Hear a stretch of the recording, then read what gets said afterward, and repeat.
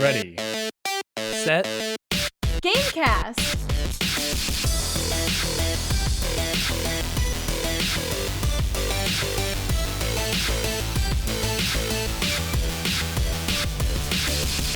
Welcome to Ready, Set, Gamecast, a bi-weekly podcast about video games and the power of music. I'm Bryce, and I'm joined by the musical mistress, Darian. Oh, I thought you were gonna play something before I talked. No, I'm gonna play it after. Hi, it's me. I'm gonna play the blue chord or the blue string for you. Hold on. Ready? 3, 4, 5, 7, 9, 7. I'm so good at this. And the master of music, Matt. That's right. I was bumping some Slim Shady in the car earlier. It came on the radio. I was like, "All right, this is where we're at now. Cool." I'm gonna play the green string for you. That was the green That was string. nice. Play me out, Sonny.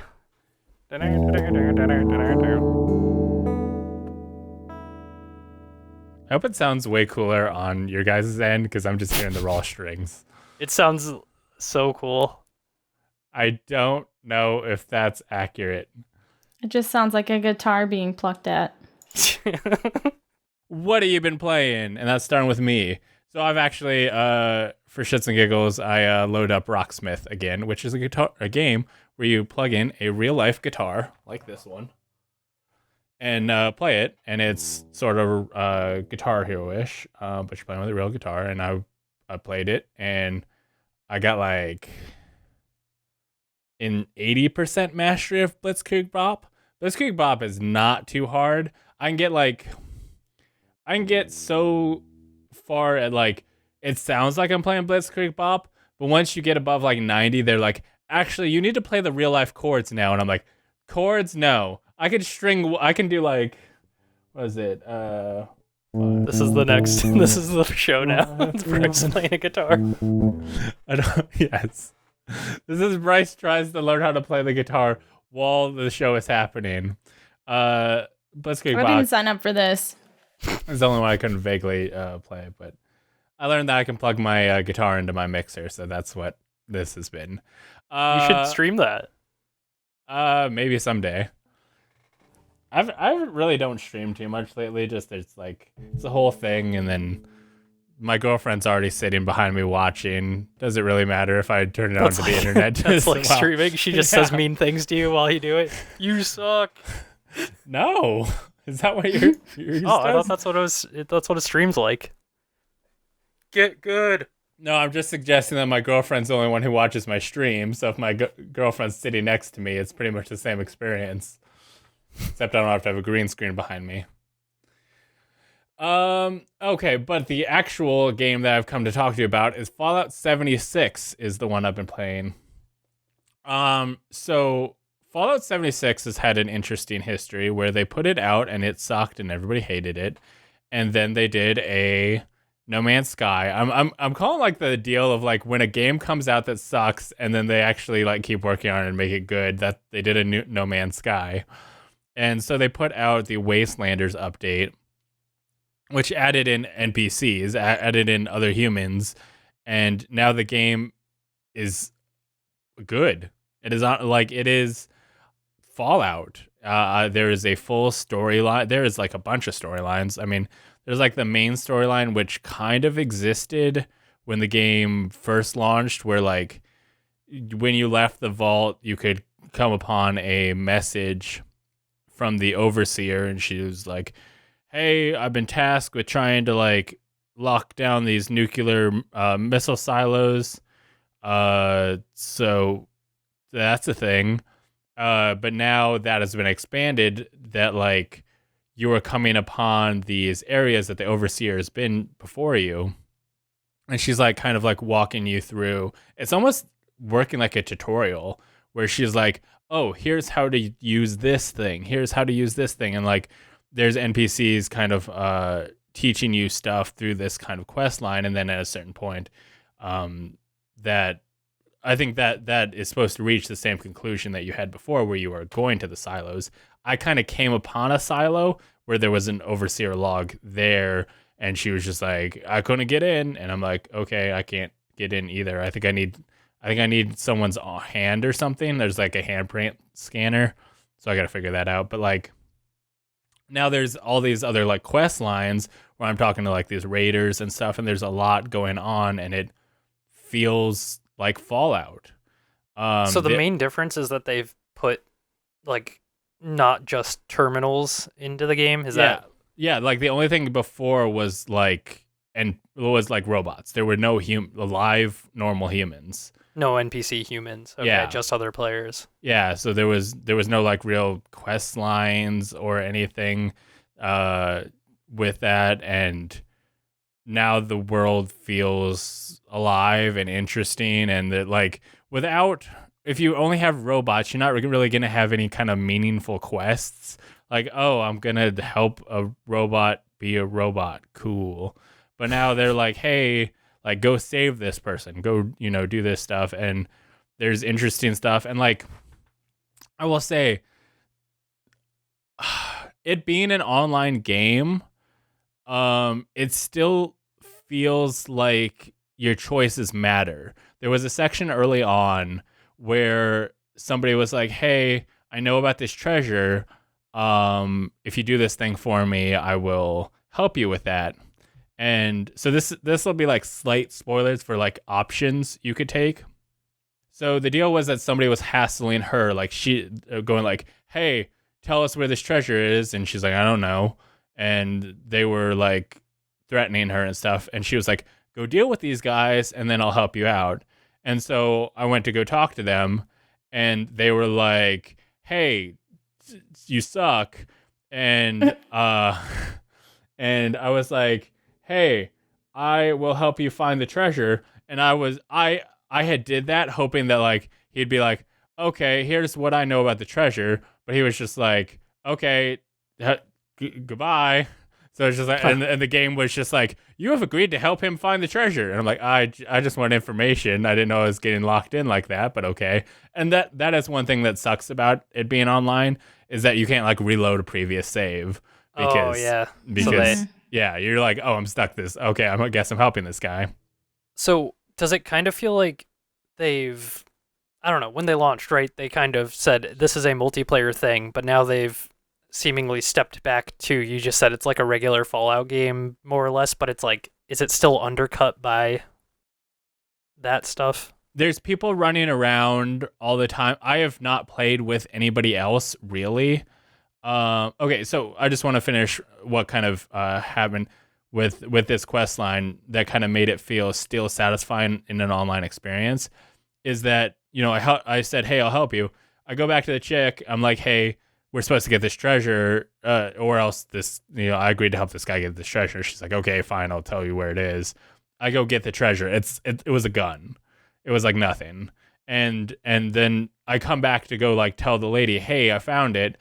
And then the guy who I agreed to help, he is sitting at the bar that, I had been talking to, having everybody like kidnapped, guns to their head. And I had to like figure out how to help that situation out, which I was like, whoa, this is actually really interesting that mattered, because like previously I could have attacked the guy. I could have threatened him. I could have made it, but because I made the choice I did, he was waiting for me when I went to go turn the quest. So that felt like, oh, even though this is multiplayer, my choices are mattering.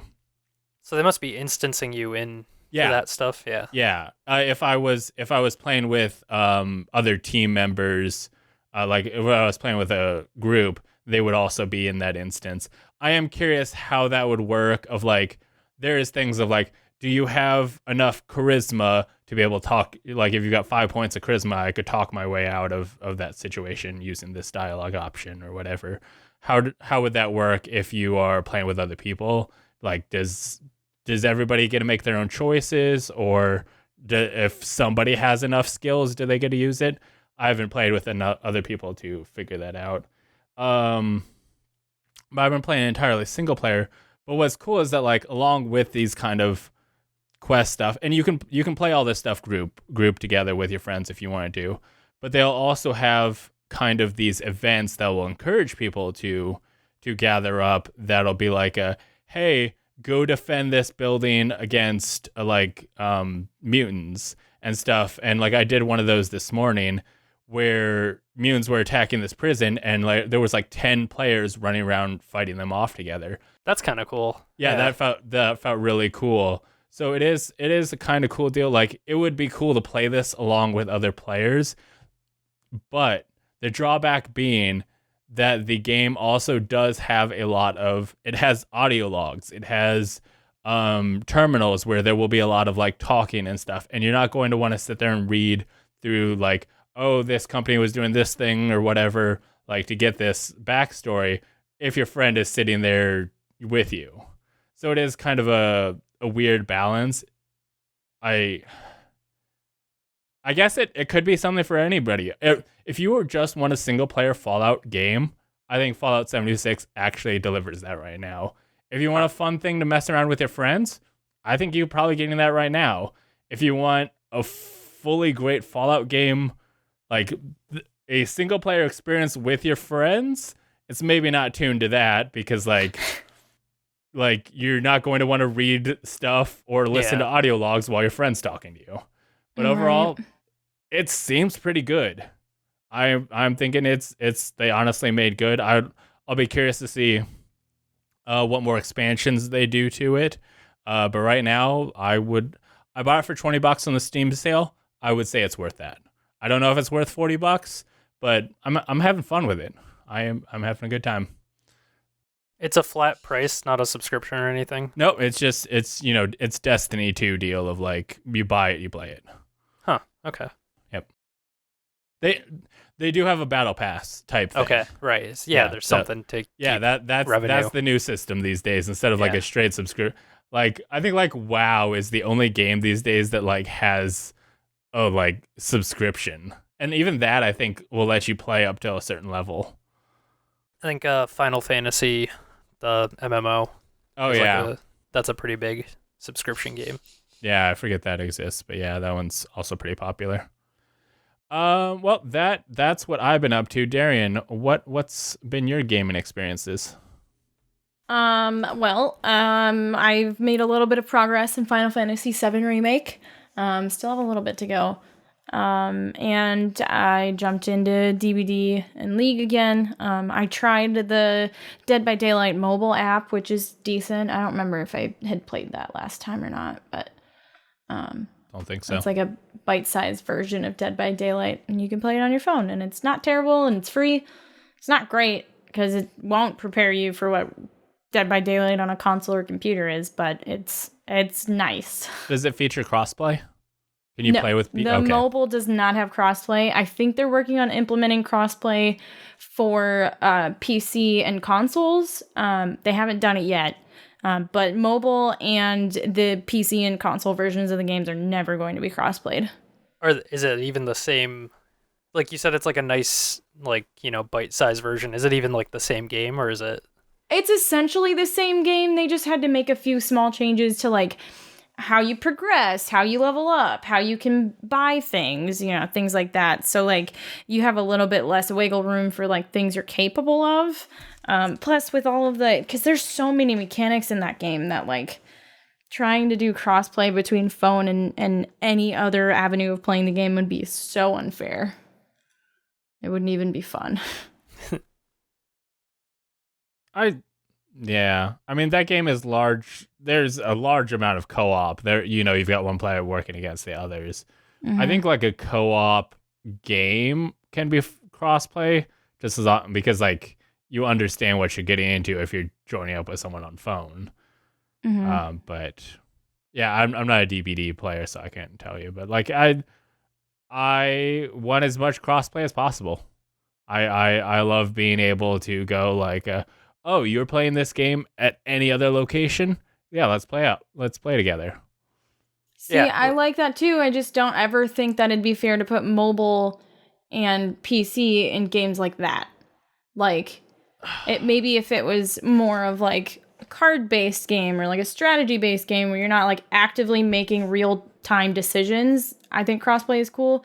Don't think games like League or Dead by Daylight or battle royales, I don't think they have room in that space because it's just not fair to the people on mobile. There's no way to make it equal. I think at a competitive level, yeah, you're right. Like, but then why would you play on mobile competitively, right?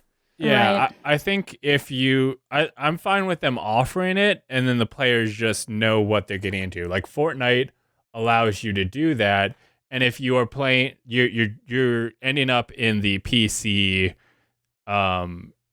cross section. You're ending up in the highest difficulty deal. And you're not gonna let PC people play with phone people if you do that. So if you are grouping with someone on phone, you accept what that means, and I'm fine with that. Yeah.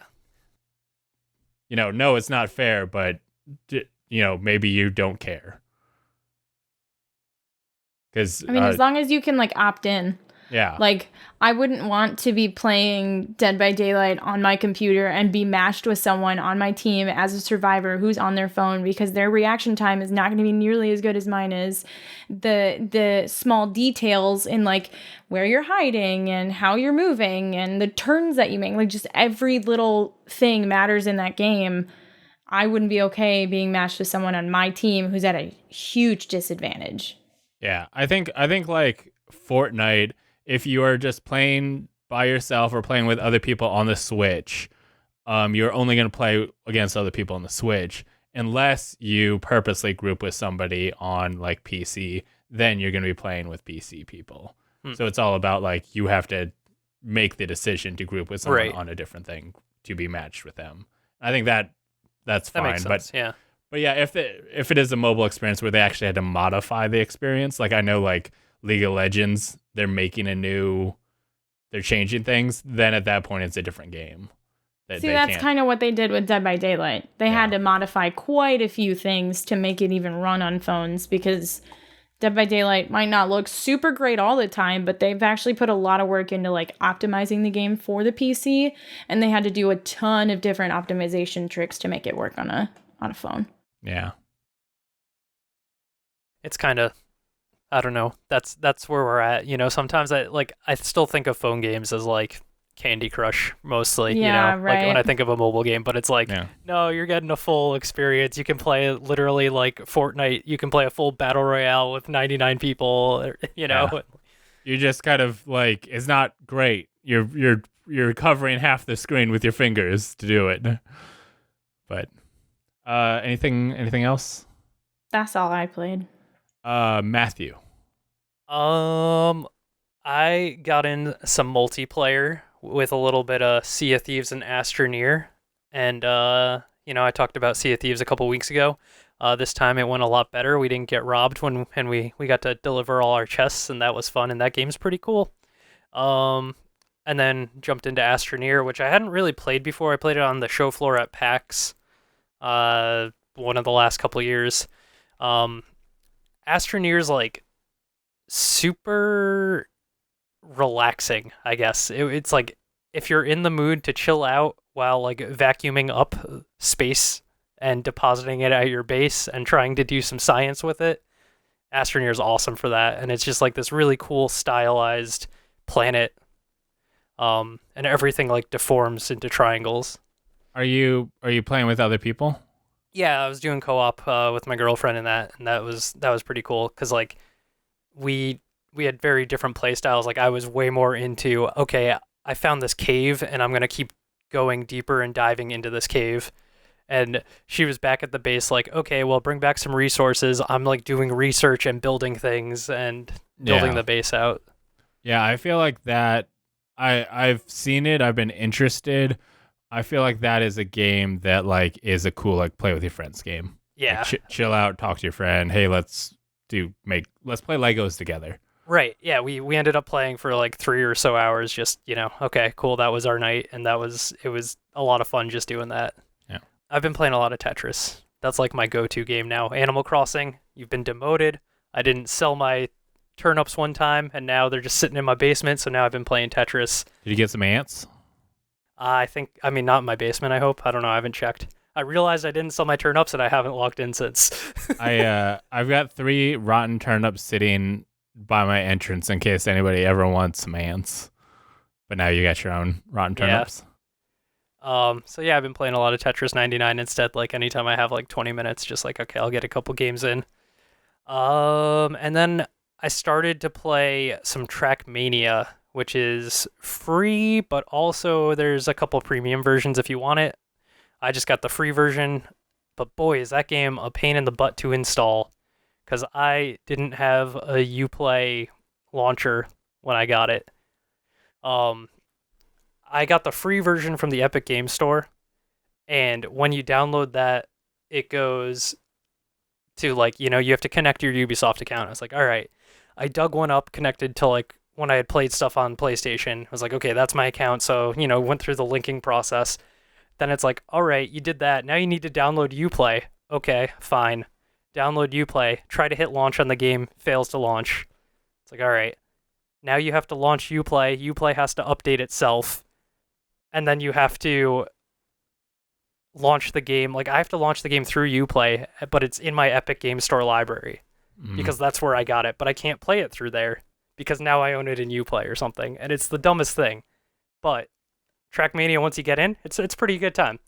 I've been watching people play it for a couple years with different versions, so I was like, oh cool, new one's out. Can't wait to jump in and play.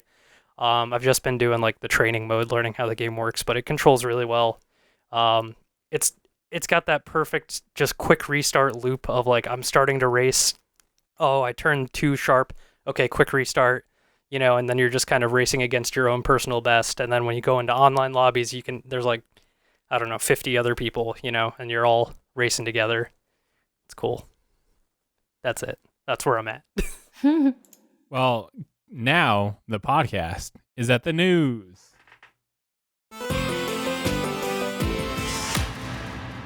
Wow. Listen to that jingle. Yep, it's jingle-tastic. As our new lifestyle is, we are starting with the quick news. There's a new Animal Crossing update, which allows you to swim and dive. You are now no longer restricted to the land. You can now go into the water and dive and get cool diving stuff. And I'm not gonna lie. You said swim and dive, but it sounded like swim and die, and I was like, cool, they let you die now? Wow. It's awesome. It's a brand new world. That'll give you some new stuff to collect for the museum. Also, there's a character named Pascal who's there, and people are real excited about them. Namely my girlfriend. She's like, oh, I know that character, and I'm like, cool. And I also, did buy a bathing suit. That was something I did. Yeah, I bought a bathing suit. I had to order it online. Yeah, I ordered mine too because I didn't want the one in the store. I didn't have one in my store, at least not that I noticed. And I haven't logged in since then to Same. collect it. Yeah, I was like, oh, when it ordered it, I wonder if it got delivered. Probably got stolen. And apparently a new Gulliver is showing up that is dressed like a pirate. So that's Animal Crossing. Evo Online has been canceled following accusations of sexual abuse against the CEO. This is kind of following the general, I guess, reckoning Me Too movement in the game space of a lot of people in video game industry across the board being accused of sexual misconduct and facing the repercussions of that. So yeah, EVE Online will no longer be happening. Oh, sorry. I was just going to throw in the Smash Brothers like fighting community seemed to get hit really hard too, with just like that was apparently a lot of prominent fighters were involved in. Yeah, I heard there is, I don't think there is a section of the game industry who has not had someone called out in the last few months. We're not going to go into everyone who's been doing it. I'm sure people can look into that, and especially like, there's so many questions of like what and who and feel free to go on Twitter and look into that stuff yourself. The Sims is getting a competition-based TV show where the players will be playing Sims 4 and creating stories, making unique characters, stories, and worlds in the Sims 4. The winning competitors will receive $100,000. TV is just YouTube now, you know? Yeah. The quarantine made that happen. It was like, oh, every TV show's just this, right? Like, yeah. The show is called The Sims Sparked, and it will air Friday nights on TBS. Honestly, like, I was like, I don't see this doing well publicly, but like, I think that Lego building TV show did well. So if that could do well, maybe this? I don't know. I mean, I think TBS is one of the networks that's done some esports stuff in the past, outside of like, ESPN traditionally does some Evo coverage in the past, and Disney's been doing their kind of Let's Play seeming thing. That's I've like noticed that, and it's like, this is just a straight up Let's Play. Like, why YouTube exists? Why? That's where we're at. That's what TV's either like a Netflix drama or a YouTube video. Moving on with quick news. Team Rocket's Jesse and James have invaded Pokemon Go. They will now, as Team Rocket's balloons prowl the skies, we've been investigating further, Niantic said. The grunts piloting the balloons are just as perplexed as we are as to where these characters came from. But from what we understand, Team Go Rocket has assigned Shadow Pokemon to protect Jesse and James as they seek to create more Shadow Pokemon. So yeah. Have you been playing Pokemon Go? No, not. I had a coworker be like, "Is Pokemon still a thing?" And I'm like, I paused for a minute. He's like, "With the phones?"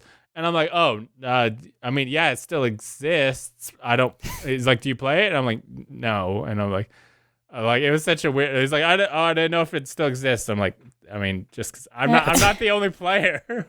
You pulled out Pokemon Smile. You're like, here you go. Start brushing your teeth.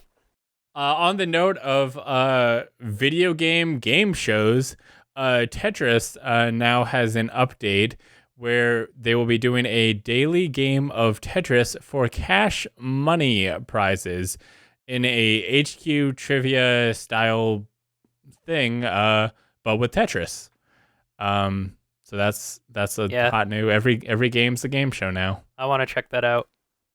I keep kind of forgetting and kind of like, I'll get around to it. It'll be gone by the time I get around to it. So it's called Tetris Prime Time. Takes place each evening inside the Tetris app on Android and iOS. Yeah.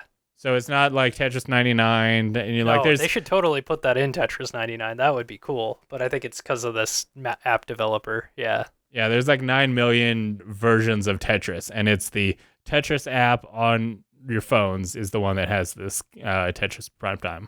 Yeah.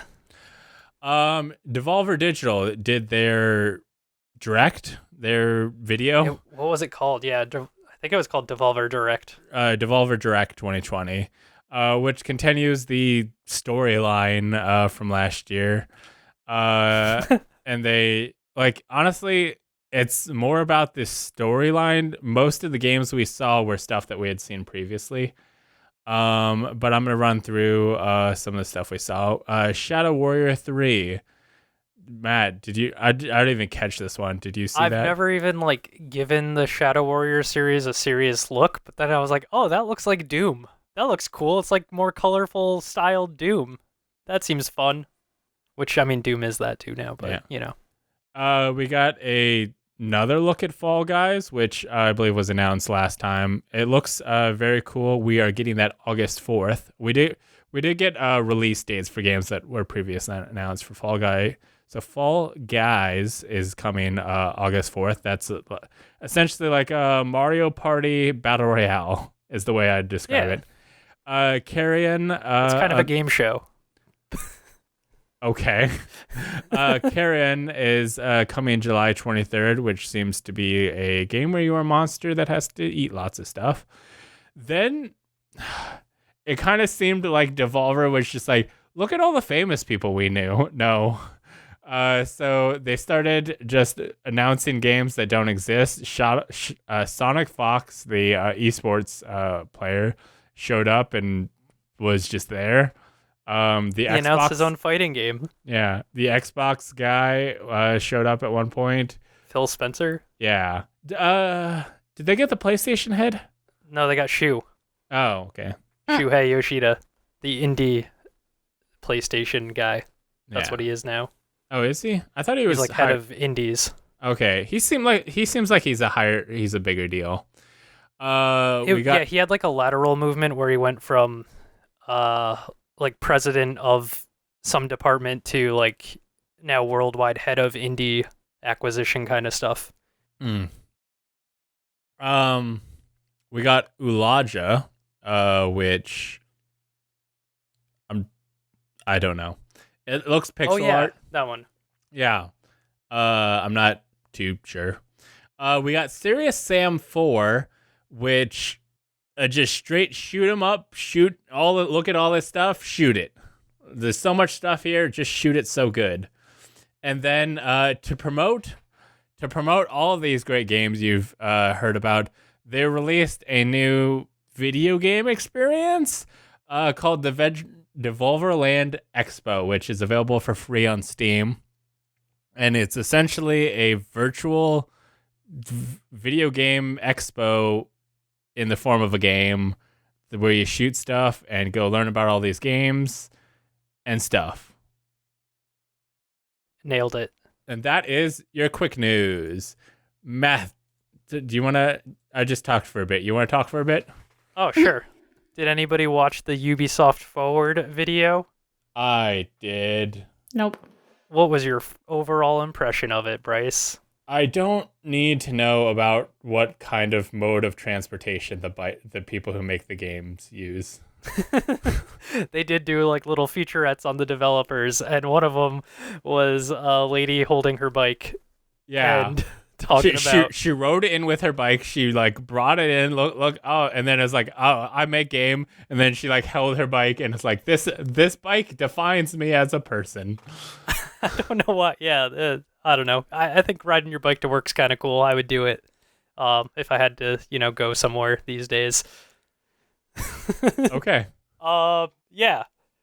Ubisoft Forward, they didn't announce... Okay, the only thing that would have been an announcement was Far Cry, which they closed the show with, but that was leaked, which seems to be the thing that just keeps happening to these video showcases, is like, hey, we'd announced this thing, but, instead 3 days before it, we're going to show you this thing, and now there's no surprises. Yeah, I think what happened was that, like, the Steam page for it went up early in, like, China, and people saw it there. And then once it was like, well, we know it exists. They were just like, yes, it exists. And then they like made a kind of Twitter post about it, and then they tried to end this thing with it of like, hey guys, get hyped for it. We know what this is. I almost feel like it's more effective now to leak your thing 3 days before your thing. Or something like that is now the like best option, instead of leaving it as a one more thing. Here's the super exciting thing. It's like, oh, that's out. People are excited that day, and then they're also excited when you actually show the video. The video for that game looked really cool. Like it has the guy from Breaking Bad, the guy Giancarlo Esposito is the actor's name. Yeah, plays Gustavo Fring in Breaking Bad. Yeah, that video looked really cool. I've not played any Far Cry, but neither have I. This looks cool. Darian, you like Far Cry? Nope. Yeah, all right, we're all in the same. I feel like I always would give it a shot, and then like when I see the actual quests and gameplay, it's like they really went like goofy with this, instead of like they try to like set the main storylines like really sinister and serious, but then like all the quests are like, hey, go shoot this guy in the dick, and then tell me about it. Sometimes people like shoot stuff in dicks. I mean, Tom Clancy's Siege, I feel like that game started off serious, and then they like, after a while they kept adding characters, and then now, at this point the characters they're adding are just like this guy's a ghost. Like, literally. He goes through walls. He died in the 1800s and he's back. Yikes. Like, I think like there's players who want the serious story, and there's players who wants to just goof around, and they're just trying to like give you both at the same time. Yeah. They did show us, so every other game was already announced in some way that they went through. Yeah. They did show us actual gameplay for Assassin's Creed Valhalla, which was welcome. I gotta say, the world looks awesome. It's colorful. It's right behind Bryce right now. It's beautiful. The characters, though, when they show the close-up, it's like, ooh, man, everybody else, like, even your other games, Ubisoft, the characters look better. What's going on? I didn't get that feeling from it, and like we had not really gotten a proper look at the female version of the main character because you can play them as a guy or a girl.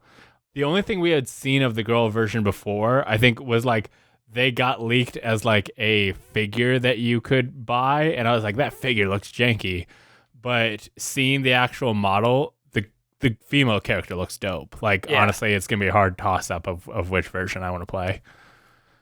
They showed some, I don't know, I haven't played Assassin's Creed in a couple iterations, but they showed some kind of cool stuff where you can like sail your ship, and then kind of raid villages along the shores, you know, and then you come back and you build up your home village, and you can kind of see your quest map of where you've conquered.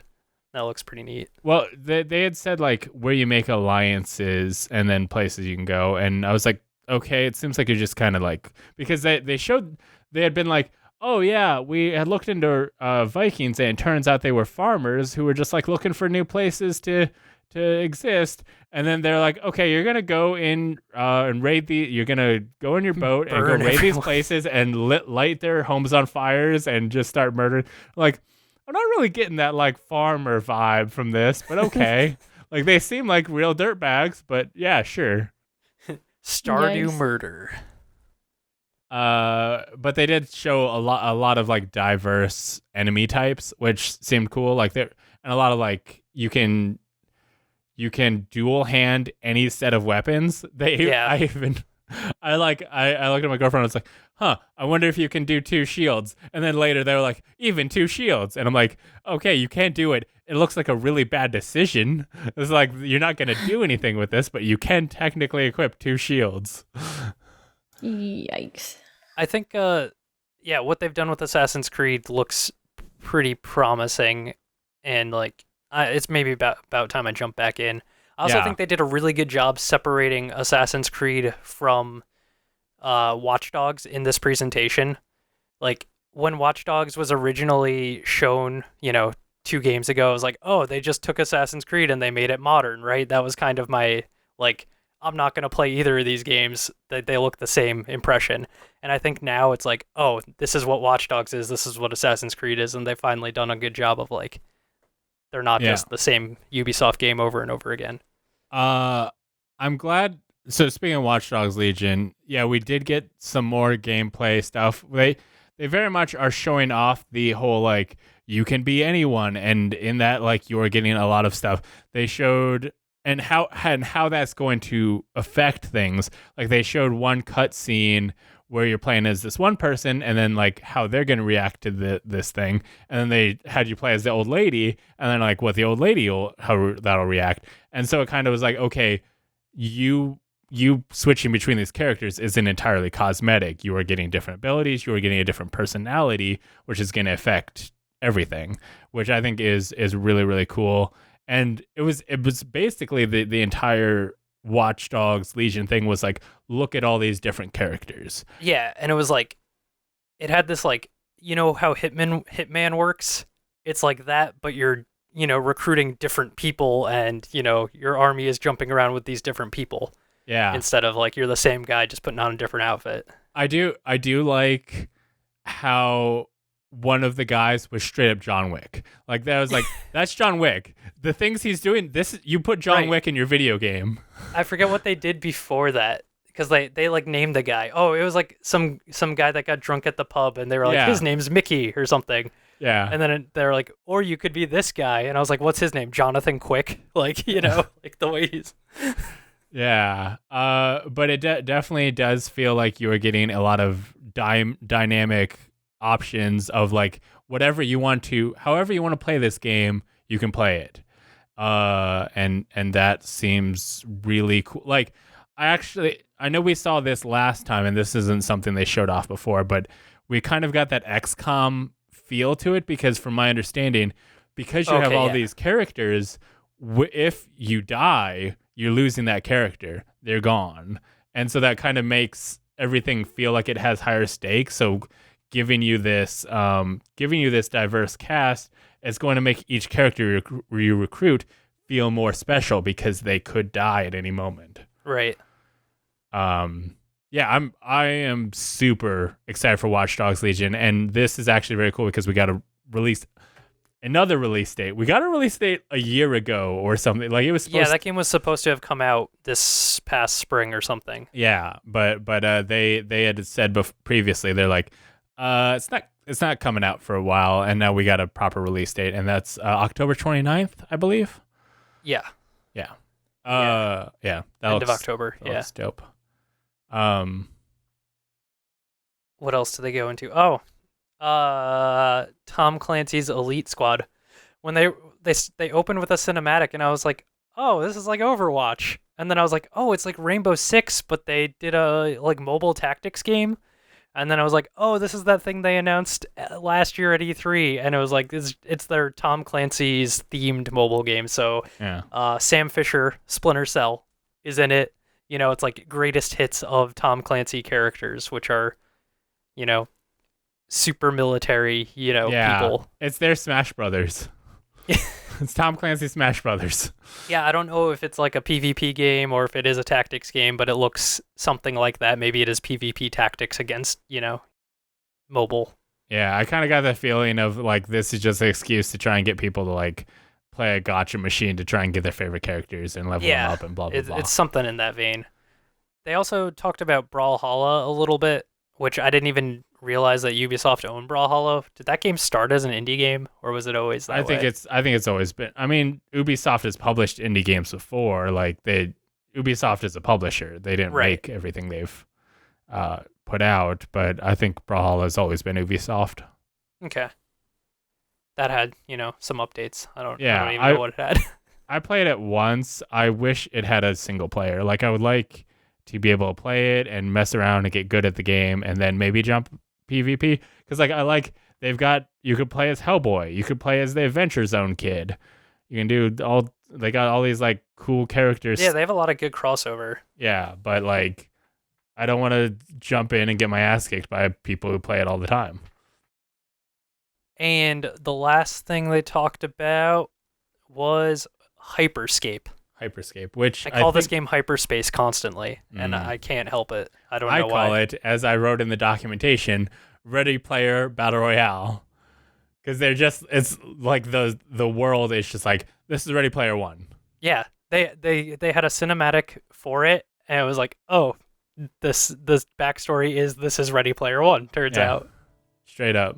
And honestly, like, you are playing was it Candy Rush or something like that? Crown Rush. Yeah, that's what the Battle Royale thing is. But, like, I kind of want to know about the rest of the world. The other, like, things that you could do in this VR experience. Like, show me the rest of the existence. Yeah, I wonder if they're going to expand that into, like, Fortnite's got Party Royale, if they're going to have the social scape, right? It'd be interesting. You get to hang out. Yeah. I mean, because technically the game's called Hyperscape, which it's the name of the whole thing. The world, right? The VR world or whatever. Yeah. So yeah, it could be interesting if they expand that out. It's a battle royale, which it's the thing that I found interesting about it was that it takes place in a city, and so you're like running around the city and stuff, but then you can also go into these buildings to have kind of these tighter combat moments, and that kind of felt interesting. I know right now it has just entered open beta. Right, so, as of the presentation, it went into open beta. So this might be something, just go download and see if this is something for you. It was in closed beta like in the last week or so, and I watched a few streams of people playing it. And so they do a couple different things with the formula. Like you were saying, it's in a city. So as this, the circle doesn't exist in the traditional sense. It's more like city blocks and districts are dissolving into digital space. So like the end map might just be like kind of a street shape or, different city districts instead of just a traditional circle.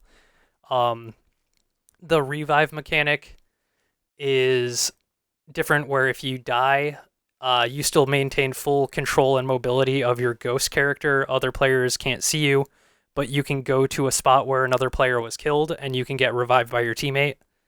So that's kind of neat. I think the intent is that people will stay in the game longer, right? Like if you die in Call of Duty or in Apex or something and you're not reviving quick enough, people tend to leave, it seems. Yeah. Where if they have full control and mobility, I think the hope is that like they will actively still play the game while you're, going. I heard this talked about on the Giant Bombcast, and have you played this at all? I haven't played it. Okay, because I'm curious if your ghost character can see other players and thus be like, oh, there's a guy over here. Like call outs to you. That does happen. Okay, so yeah, that allows some very interesting stuff. Like it almost feels like cheating, but if everybody can do it, it's not cheating. Right. It's just kind of it almost gives you an advantage to have a dead character or someone on your team that is dead, because then you could like be like, hey, there's a guy coming. Yeah. Yeah, because I watch people like go to a revive point and they're like, okay, I'm clear, and then they're like, oh shit, no, someone's here, quick, get out of here, like, know, that kind of thing. I think I'm gonna check this out. Hopefully by the next time we record, I'll have played it. It also has like super crazy physics to it. I feel like a lot of the gameplay takes place vertically up in the air. Like a lot of people seem to be flying high in the air and shooting their goofy weapons. Yeah, that is another thing about it, is that the guns that they featured in the video looked Ratchet and Clank-ish. Yeah. It definitely has like an Unreal Tournament or like Quake kind of old school PC shooter feel to it. It looks like. Yeah, they seem to be like using this deal of like, oh, this is taking place inside a virtual world as an excuse to just let you do whatever. Yeah. But still, I guess it seems like they're going to try and have a storyline related to that. Especially, that they set it up with a cinematic of this chick explaining like kind of the world and stuff going on with it. So that's the thing. So that was all the news we have for you. Now we did it. This brings you to the Patreon producers.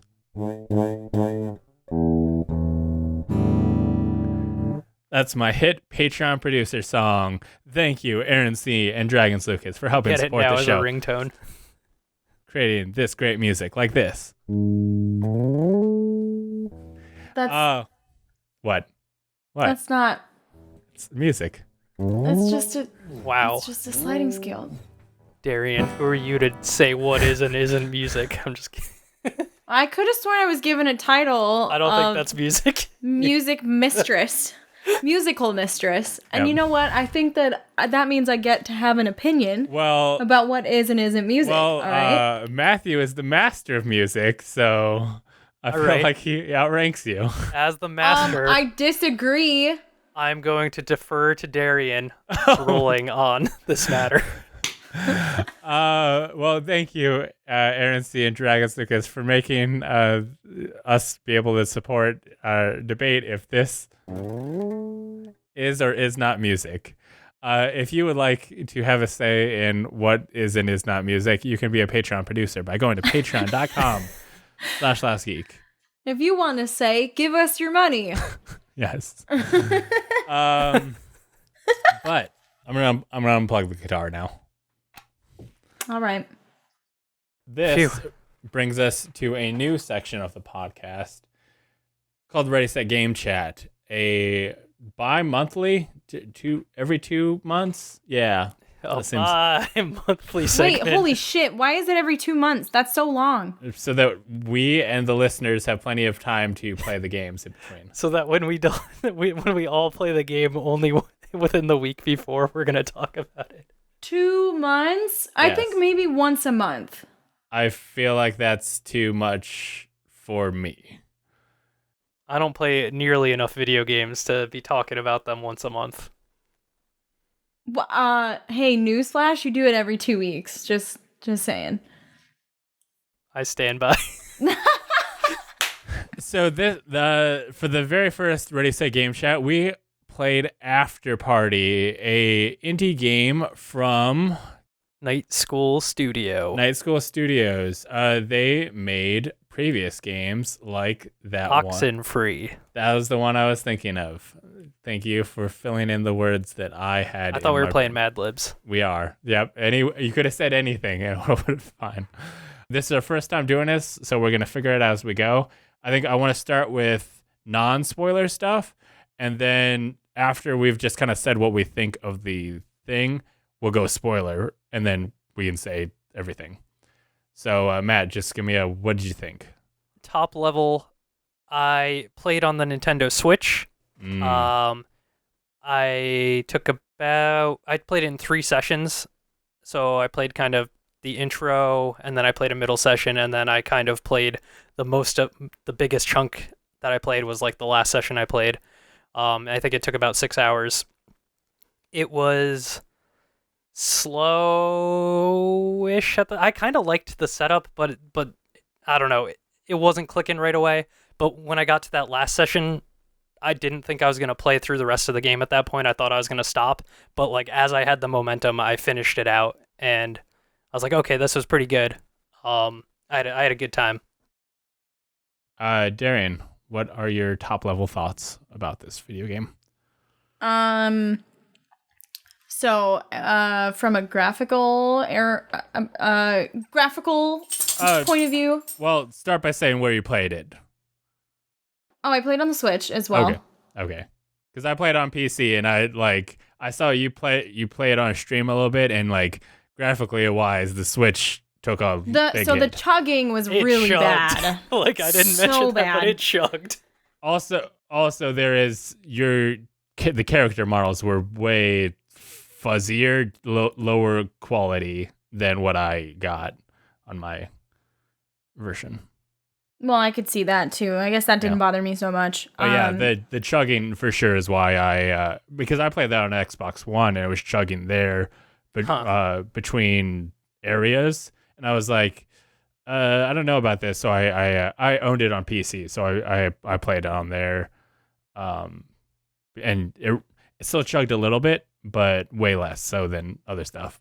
But go ahead, Darren. I guess I didn't love it, but there were aspects of the game that were appealing to me. Like the voice acting was really good. The setup was cute. I liked how they designed hell. I thought that was fun. But it was an incredibly slow game for me. I had to force myself to finish it so that I had all of like the complete game thoughts. I overall didn't enjoy it and probably won't play it again. I had wanted to play this for a bit, and it was a deal of like this was a good excuse for me to finally sit down and do it. So like early on I had questions. I was curious, but it was just like I don't know. I had too many questions and not enough like, oh yeah, I'm intrigued. Like there wasn't like a clear like the answers are the right across the way. But then there was a point where like I was getting enough information that I was like, I want to see what's next. So yeah, I think I kind of lined up with Matt that that happened. One of the things that I think is really cool about this game is the dynamicness of the story, because every section you have choices, and you have choices within those choices. And when the game ended, I was just like, wait, if this is how this happened, what would happen if I had done this? What happened if I had done this? What about like even like, I mean, there's like some big choices at the end, but like all of that is informed by choices that you had made previously and previously before that. So it very much like this game seems like it's high replayability because of all of these decisions. And I will throw in the submission we got about their thoughts on the game. Aaron said, I thought the music, voice acting, and art of Afterparty was really good, and the game has a lot of replayability. Afterwards, I found myself asking what would happen if XYZ happened instead of ABC. It was so cool. So now with our top level thoughts, spoilers start now. If you are watching on YouTube or a podcast player, you should be able to skip to the next chapter. Something that's cool is I was actually looking on the podcast on my media player deal, and it actually like showed what the chapter marker was there. It was like, this is the introduction. I'm like, oh, cool. I didn't know it just showed that right in front of your face. So yeah, you can skip to the next chapter marker, or I don't know, 46 minutes. I want to talk about the setup, like the environment of hell, like Darian was saying, like the design of hell, or like, you know, its overall feeling. Yeah. I think that was one of the best draws for me early in the game, was like the bureaucracy aspect of everybody's like, welcome to the DMV kind of thing, you know, welcome to hell. All right, go get your paperwork over there. Like, yeah. It very much all the demons, I mean, they even say it like, we are forced to do this. This is who we are. We don't want to be doing it. This is just our thing. Yeah, and very much like you never get tortured, because it's like, I'm done for the day. Just leave me alone. Yeah, everybody, once they got off the clock, it was just like, oh, okay, I guess now everyone just does whatever they want. All right, cool. I don't have to like go sit in a cage or something. Yeah, it was kind of like the humans kind of seemed they have to just like find a place to live, or what, like they're huddled or whatever. I mean, it kind of, the way that the game plays out, it almost seems like everybody just gets drunk all night. Yeah, and they then just go to the bars, right? And then when the next hell rising happens, they go back to their duties. Yeah, and obviously the humans go get tortured, which, yeah, if you're getting tortured all day, getting drunk all night probably seems like ideally you could fall asleep during your torture and it won't be so. So the getting drunk thing is like the main mechanic, besides kind of yes or no choices, or, you know, branching dialogue choices. You can drink a cocktail and you get an additional dialogue choice, and each cocktail kind of has a different mood to it. Yeah, different and ability. They didn't all match very well. How so? Right. So I drank early on. One of the first drinks that I picked was Flirty Floozy. Mm-hmm. So I was like, oh, it's going to be like super flirty. Like they're going to be like silly, cute, whatever. And no, the person, I was like, my dialogue choices were straight up just asshole. Like, I was just like, what is the point of getting a drink that has this special flag if that flag doesn't mean shit and I'm just going to be a jerk? Like, what? So were you playing as Lola during that? Do you know? I don't remember. It was like the first drink of the game, because I was taking a lot of notes at the beginning. I mean, Lola for sure. I think like I think it'll modify the character's personality, but it won't change who they are as a person. Right. So like when Lola would drink something, she would just kind of become like that thing, but still Lola. I think that was one of the like points I struggled with early on in this game too, was just like the super smarmy dialogue. And like, I don't know whether it's just like, oh, I'm annoyed by this, or oh, like nobody actually talks like this, or whatever it is. But there's something to the way it was written early on that I was like kind of put off from the characters. But as the game progressed, I was like, okay, this is what it is. And I think like I like the demons as they came into the story a little better. I think I more understood their personalities or something. Yeah, I mean, I think maybe it was the thing that like the Milo and Lola seemed to have this argument that like this, they were fighting when they died, that kind of carried on to hell. And we as we played, we learned that like, oh, they were moving away. One of them was moving away. and they were upset about that, and we kind of learned, oh, this entire time they've been pissed at each other, and we didn't know that till later in the game, and maybe that kind of explains kind of their angriness early on, but also they just got dropped in hell. Right. Yeah. Probably not a great time. My main drive as the player was I want to know how they died, right? That was like how I made a lot of my choices early on. I don't know if you guys felt that way. I was more curious about what they did to end up there. Mm. And you know, I questioned Satan about it, and like his answer wasn't much, and I think that was probably the devs kind of being like, they're not horrible people, but they still need to be in hell. So it's kind of a like, you didn't do enough. You weren't good enough. You were just like, you know, all right. You were passing, and that's not good enough to get into heaven. I think that drove my decision making a lot. Was okay, I want to know how we died, like what happened, and then it was like any decisions where I feel like I'm being tested, right? If I am gonna get out of here, right? Because that's your whole goal, is get out of hell. If I am gonna get out of here, I better do good things, right? To prove that I don't deserve to be here. That was kind of my other. Which is interesting because like we saw that maybe the belief to do good things hurt, because like there was the court case where I think all of us sent him to heaven. All of us defended him and got him to heaven. Correct? Roberto? Yeah, I didn't throw the case. Yeah. And that turned out that like actually he was an important person to helping Satan not like stop drinking. And I would have liked it. I don't think any of us threw that because like, yeah, like we don't suck. See, here's the thing though. I tried to throw that court case. I did try to throw the court case. Well, couldn't you have just stopped him from... I don't know what I did wrong, but he was let go, and I was like, what the fuck? Well, okay. the guy had the evidence of like, hey, I know, you know, here's proof that he didn't do it. We have this thing. And they gave me the option of like, stop him from showing that. And I was like, no, he's clearly innocent. You know, go ahead.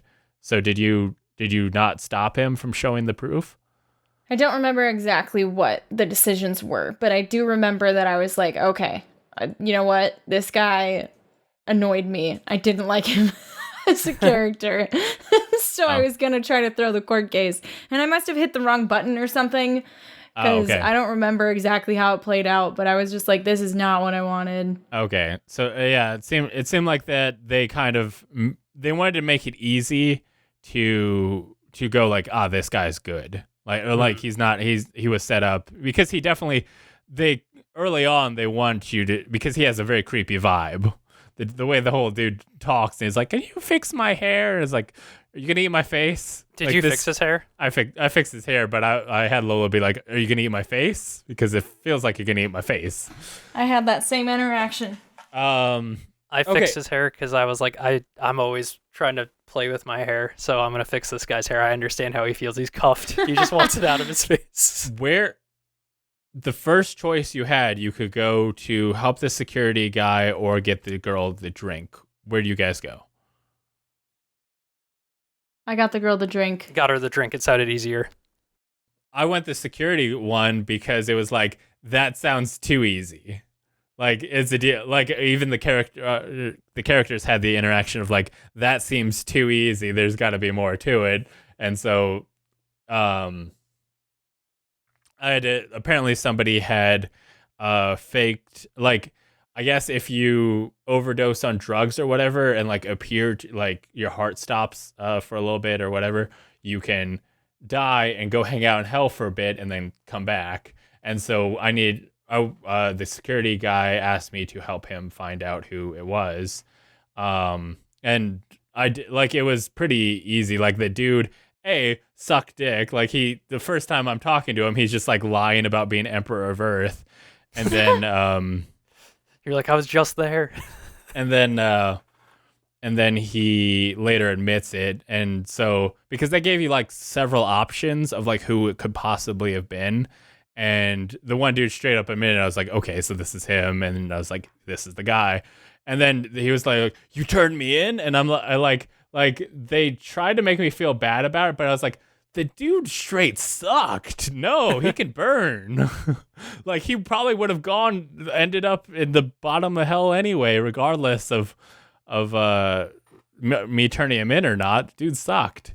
But yeah, so every time we made these decisions, Hornswallow, Wormhorn would show up and kind of like Sister Mary Wormhorn. Yeah, would make you doubt yourself, and she did that during the interaction I had when I was trying to figure out who it was. She popped up and she's like, "Are you sure?"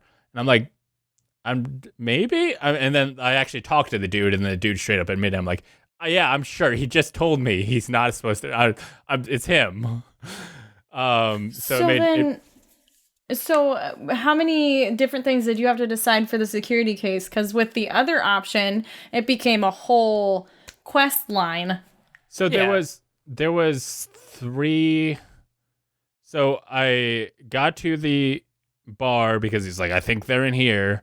And then there was 3 people to talk to. The first guy I just talked to, and he's like, no, it's not me, but I think this guy's it. And then when I went to go talk to them, there was 2 people sitting at the table, and then there was like I could decide to talk to either one of them, but I took too long, so one of them left. So I was like, okay, I guess I'm stuck talking to the other one, who ended up being the guy I was after anyway. So it wasn't a whole thing. I guess that was the deal. It was the one that seemed harder was the easier one maybe. But I had to play Jacob's Ladder to get him to admit it. So it seemed like, you kind of had to play these party games to complete the goal. Which sure. There's 3 party games throughout that you're doing: beer pong, Jacob's Ladder, and dancing. Obviously, the first interaction you do beer pong to get up to to hang out with Sam and learn about the outdrink Satan thing. I lost that first game of pong. When I played on Xbox, I lost it. When I played on PC, I won it. But then I out insulted him on Xbox. So yeah, I did well. I started drinking and did the insults, and that worked. Yeah, when I was doing the security guards deal, I lost the first time against Jacob's Ladder, but they were like, "Want to try again?" And I'm like, "Sure." And then I beat him, and then they let me keep going. Interesting. Yeah. Did you? So I know Darian had to do Jacob's Ladder against Polly. Yeah, I think all the dance competition and the 2 monarchs are you have to do, but how you do them changes, because I know I got Ozymandias and Beth back together because actually before I went to the bar, I actually decided to wander around a little bit. I bumped into Beth before I even met Ozymandias, and so I was just like, oh, she's over there, I'll go get her. So I got them back together, and then what happened was that I had her come to the dance competition, and then Ozymandias was just like, just throw it. I will give you the thing, just throw it and let me win. And so I, I purposefully lost, and then he signed my thing because I got his girl back. I see, because with the first one with Linda, when you go to buy her a drink, you realize that she's stuck performing every night for eternity because she sold her soul for a successful musical career. So you have to get her out of performing that night so she can go to Satan's party, where they're having like a reunion of the band that she used to be in. Yeah, the rest of her band died. Yeah. Oh, cool. So then they're having a reunion. So she wants to go, or you want her to go to Satan's party because she's got the VIP ticket, obviously, and you want her to go with. So you have to find a different musical act for her. And so before you're able to do that, you have to do a dance off? Or is it after? Maybe it's after. I think it was before. You danced to like the other guys, right? What? The other group, you danced to their music? You get up on stage and help them perform. I don't even remember, but okay. I do remember that I went and picked like the 3 the guys in shackles or whatever. Was it like I picked the guys that were like DJing when you first show up? They're like doing an No, audition. I messed up that interaction. Oh. So I had to, those guys that were sitting, they were in shackles. There was 3 of them, and you pick up their harmonica or whatever, their tune thing. I don't even know if I did that. Oh, yeah. When you're on your way to that bar, there's like 3 guys. I think they're monks or something. And they're in those things with like the head hole and their hands are held out. Yeah. They're right? getting I don't flogged. remember what it's called. Well, yeah, kind of. But then they're like singing. And one of them had dropped the tuner. That's so right. you pick up the tuner for them and then, go about your merry way. They're happy and grateful, whatever. And you go and talk to Linda.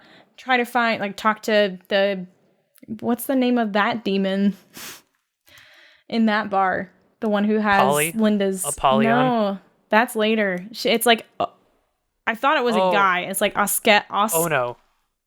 Oh no. Is it Onoskelis? Yeah. I think so. Does that sound right? I think she just went by Ono. Mostly Ono, yeah. So you talk to Ono, tell her whatever. You have to get a different act for Linda so she can go. So Matt did the act that was performing when you went in to go talk to Ono, which was like 2 guys. It was like a DJ and a singer or something. Yeah. And I got these 3 monks to perform at this bar. It was ridiculous. Like, because I messed up the interaction with the DJs. I said the wrong thing and I was like, oh shit, what am I going to do now? And we go outside and like, oh, maybe we can get these guys to do it. They'd be grateful for the gig. And it was ridiculous. Like, Ono was like, I can't believe I'm fucking doing this, but sure, whatever. See, this thing, like, I like... This is cool about Afterparty is that it has this dynamic deal of like literally we all play the same game, but I'm like you had a completely different experience that I didn't know nothing about, and that's kind of cool. But we're all we ended up at the same path. Like, okay, so did either of you guys get Ozymandias back with his wife or his girlfriend, whatever? I did. Well, so I just want to go back to this first seal real quick. Okay, go ahead. After you book a new gig, mine didn't go well. Like in the, Apollyon was pissed off or something like that. And so like some thugs came and they were like, you need to go over here to this other island very quickly. She's waiting for you. And then I got into like the drink off of Jacob's Ladder against her. And I lost that. And then she was like, you know what, kid, whatever. And like, gave me the seal anyway. Yeah. Well, the seal's after you get into the party, though. Yeah. Is it? Oh, yeah. You have to, because you go to challenge Satan, and Satan's like, oh, you can't yet. You need to get these 2 seals. Oh, right. Okay. Yeah. And that's when you go. Okay, now and my thing's all out of order. Yeah. Okay. Apollyon is like, yeah, throw this case for me, and I'll give you my seal. And then you're like, and we all were like, well, we didn't do that. So yeah. Then she challenges you to a drink off instead. Okay. Yeah, because you got to get the VIP tickets. You can either get it from the security guard or the chick who needs the drink. I went security guard. You guys went drink. Then you get into Satan's house. Then he's like, okay, sounds great. Like, get these seals, and then you can come do it. And then you've got 2 places. You need both of them. You need Ozymandias and Polly. So everybody has to go to those 2 places? Yes, Okay. because they need both of them, and it's just a question of how you complete that goal. I did go Ozymandias first, the party guy, and then it's Asmodeus. Asmodeus, okay, and then you. Sorry, I meant to correct you earlier, but you were like in the middle. Yeah. Of a deep discussion. Asmodeus is his name. And then you go see, and then I went to go see Polly. So I did both, or tried to do, hey, helping them will be nice. And it's kind of interesting, like, because I completed the different way, like, I was straight up supposed to lose. I needed to do bad at the actual mini game to complete the thing. Right. So yeah, I won the dance off against him. But I do imagine that if you did help, keep the guy in hell, then Polly would have just straight up given you her seal without any, or probably just play the game for fun. But I do know that Darian lost against Polly, and she still gave her the seal. I did too. Yeah. I won against. I feel like Darian and I had identical playthroughs, actually, now that Yeah. Except for the DJ Oh and yeah, the like who we got hired, right? yeah. But that ultimately didn't matter that much. It's just at like the a end, I wrinkle don't in think. in that Yeah. initial quest. But then after that, you go back to Satan's house. Then they have the deal where they break up the group, Right. Which is cool because then they're like, hey, these decisions you made previously, like, because there was a deal of like, oh shit, I was waiting like, oh, I should let Milo have one, and then suddenly they're like, oh, you never let Milo have one, fuck you. But watching Darian's thing, it seemed like that was gonna happen regardless. Just why that happened changed. She brings up different reasons. Okay. Yeah. So like their base fight happens for different reasons, or Yeah, like what? Yeah, what decisions so we're saying you? like the two playable characters, Milo and Lola, since they were arguing the whole time. After you get your seals and go back to Satan's house, Wormhorn splits up the group, right? Yeah. Ultimately, by causing a rift and completing her job as your personal demon. Yeah, by saying like Lola is the only one who has a voice. Milo never gets to pick. Which was weird. All the way through the game with Sister Mary Wormhorn, her name is Sister Mary Wormhorn. She's voiced with a very feminine voice. But other demons would refer to her as him, and Lola referred to her as it the whole time. Nobody seemed to gender her as her. Except for Satan. Satan called her her. Do demons have genders? They seem to. Satan's a guy. Beelzebub was a guy. Apollyon's a chick.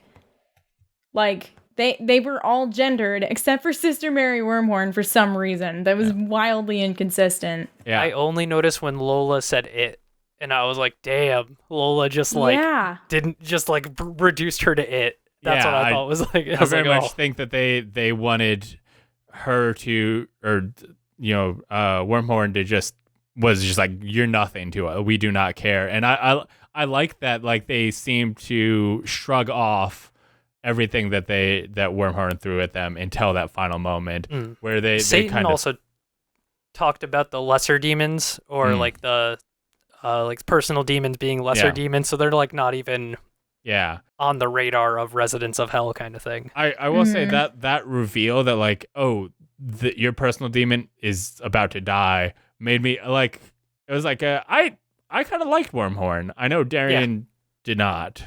I found Wormhorn to be extremely obnoxious the entire time. Which I think the was... game... The reason I found her obnoxious is because there was a certain flow to the game, and I don't know if it was because my Switch was loading slowly or what, because like they'd be in the middle of a conversation and stuff, and it would just be nothing for like 30 seconds, and then Wormhorn would show up, and I was like, what the fuck is the point of this? This is obnoxious. And so there were many times when Wormhorn would interact, and I just wouldn't say anything the whole time. I did like that you could not say anything and it would go. I enjoyed that because I was like, a few times I didn't agree with either option. And I was like, That is just like, these are not satisfactory. We're just not gonna say a damn thing. I don't think it's maybe not fair to blame the game for that, though it's maybe a deal of like, maybe the dev shouldn't put it out on Switch if the Switch couldn't handle it.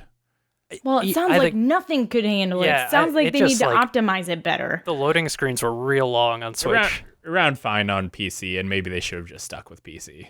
See, but you said there was even still a little bit of chugging, which tells me that there was a slight amount of chugging at one point where I think they were loading the entire area of it was in the boat sections. I ran into that same like blank, I don't know, just like, oh, the game hasn't frozen, but there's nothing happening right now. Yeah. It wasn't when Wormhorn showed up for me. It was just like at the end of a conversation, or like in a weird break of like, at one time it was with Satan, and I was just like, wait, did this conversation end? Should I like walk away now? And then like 30 seconds later, he said something, and I was like, yep. Did I just miss a bunch of options? I don't know. Like, what's going on. Yep.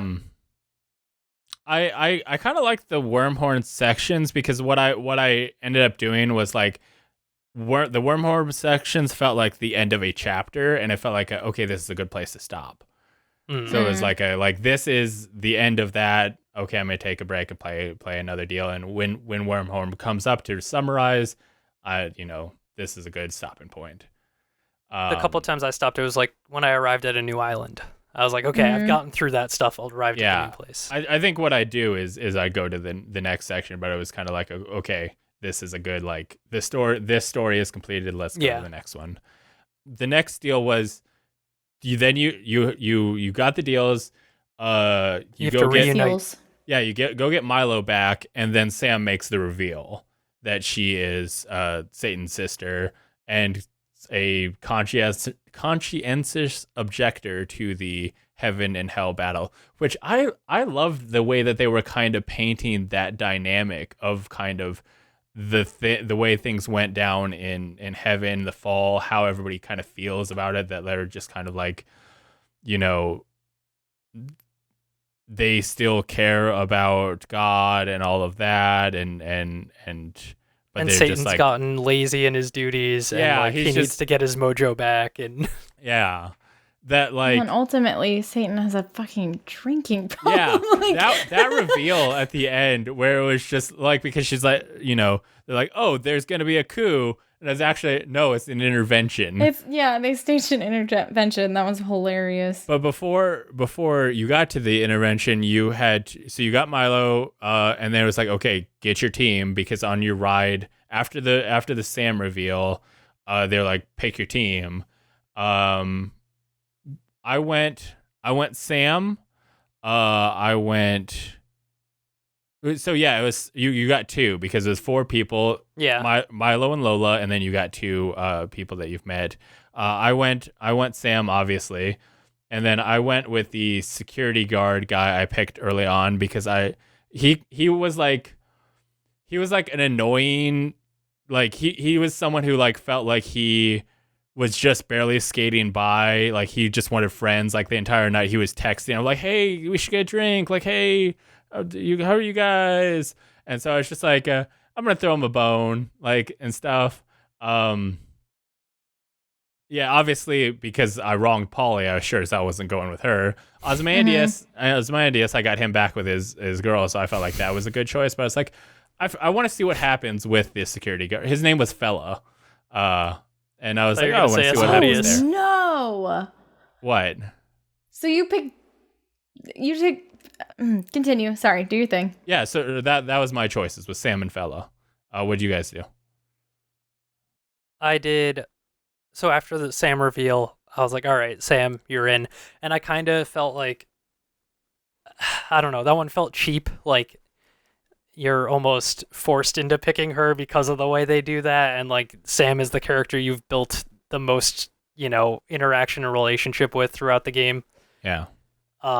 So I picked Sam, but I kind of regretted it. But then I picked Sam and Polly.